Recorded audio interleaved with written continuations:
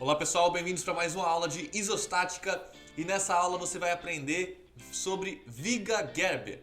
Vamos lá? Então, os primeiros pontos são: primeiro, você vai aprender o que é uma articulação, como que ela funciona e o que ela muda em uma viga. O cálculo de reações também vai ser diferente numa viga Gerber, porque agora a gente vai ter mais incógnitas do que numa viga biapoiada, por exemplo. Viga com 3 apoios. O que acontece quando a gente tem 3 apoios? Antes a gente consideraria isso uma viga hiperestática, mas aqui não. A gente pode ter uma viga isostática de 3 apoios. Você vai ver como. E também um exemplo, uma aplicação prática para você saber como que você faria, como é que você resolveria uma viga Gerber. Beleza? Então, a gente tem o seguinte. Imagina que você tem uma viga de 3 apoios e aí as reações elas são aqui num apoio fixo vertical, vou colocar VA, e horizontal HA, tem a reação vertical em B e também tem a reação vertical em C, ok? Bom, você pode observar que a gente tem aí 4 incógnitas, só que a gente só tem 3 equações de equilíbrio.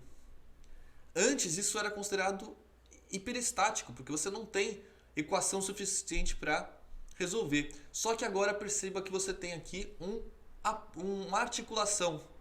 E essa articulação permite que você tenha mais equações.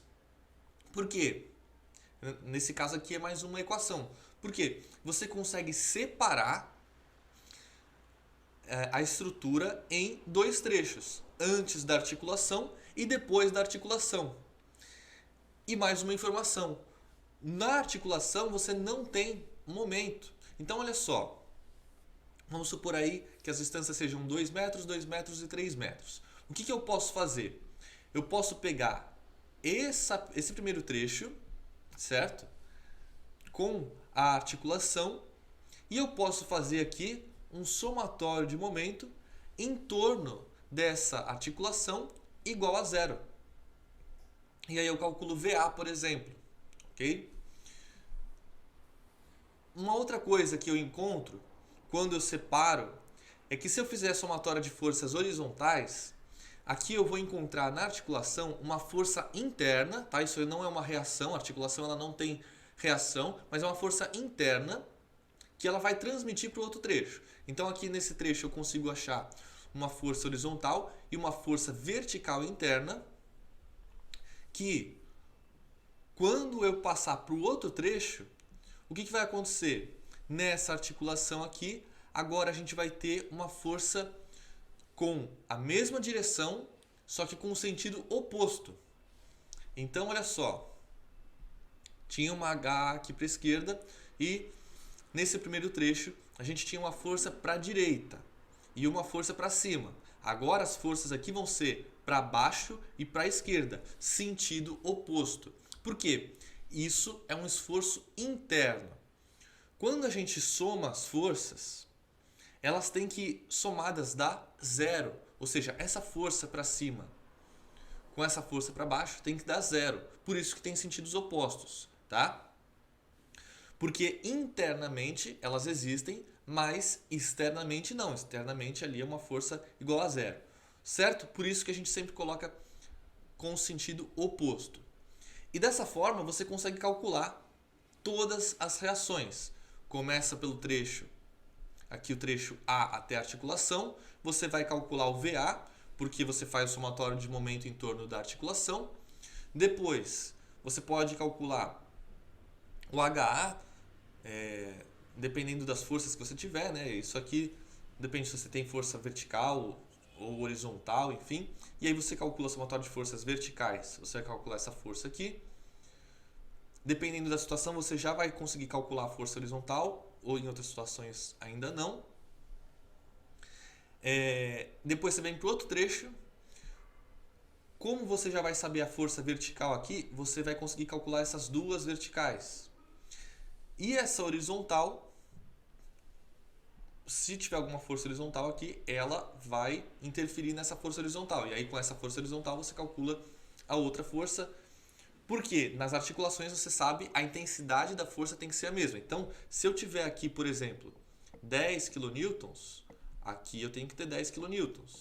Se eu tiver aqui na vertical 15, aqui vai ter 15 também. E assim por diante, tá? As forças, elas têm que ter a mesma intensidade quando eu divido a articulação. Só o sentido que é oposto. Beleza. Vamos ver então mais um exemplo. Mas antes eu quero deixar bem claro aqui. Quando você tem uma articulação, você divide em dois trechos. Quando você tem duas articulações, 3 trechos e assim por diante. 3 vira 4 trechos. Isso em vigas, tá? Eu coloquei aí N articulações, N mais 1 trechos, porque a viga ela é contínua. Então, se você tem uma articulação, você está dividindo em dois. Se você tem duas articulações, você tem 3 etapas, né? 3 trechos. Um antes da primeira articulação, um entre as duas articulações e um depois das articulações. Agora, se você estiver pensando em uma treliça, em um pórtico, aí é diferente, porque uma articulação ela pode acabar conectando 2 barras, 3 barras, 4 barras, e aí muda um pouco o processo. Ela pode separar em mais trechos, tá? Mas o importante é que em vigas você vai ter sempre N mais 1 trechos, sendo N o número de articulações. Beleza. Então, mais um exemplo agora. Vamos pensar num engaste e um apoio. Mais uma vez, a gente tem aqui mais incógnitas do que equações, do que as 3 equações de equilíbrio. A gente tem no engaste horizontal e vertical. Também temos momento no engaste, MA. E você sabe que no apoio aqui a gente tem uma vertical em B. Beleza, você já sabe o que fazer. Vai separar, como tem uma articulação aí, você vai separar em 2 trechos. Um antes da articulação e o outro depois da articulação. Uma pergunta para você aqui. Por onde você começaria a resolver esse problema? Lembrando que o carregamento ele pode ser vários tipos diferentes, né? Pode ser um carregamento vertical, pode ser um carregamento distribuído, uma força diagonal, enfim, você não sabe. Mas eu vou te dizer, eu começaria com certeza pelo segundo trecho. Por quê? Porque no segundo trecho a gente tem menos incógnitas. Eu posso fazer um somatório de momento aqui e encontrar o VB. Eu posso fazer um somatório de forças horizontais e já achar qual é a força horizontal aqui da articulação. Como eu já sei o VB, eu consigo achar a força vertical da articulação por uma somatória de forças verticais. Agora, se eu vier para esse outro lado, para o primeiro trecho, o que vai acontecer? Eu tenho 5 incógnitas, tenho 5 forças aqui, né? 2 verticais, 2 horizontais e um momento fletor, 5 esforços. Então é mais difícil. Dependendo do carregamento, você até consegue encontrar alguma coisa. Mas eu começo sempre pelo trecho que tem menos incógnitas. Essa é a minha dica, que vai facilitar bastante para você. Então, olha só.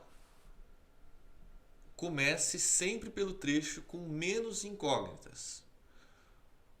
Mesmo que às vezes vai acontecer de você ter que ir para um trecho, depois ir para o outro e voltar para o primeiro, às vezes acontece, porque às vezes você não consegue encontrar todas as incógnitas, mas mesmo assim ainda é mais fácil.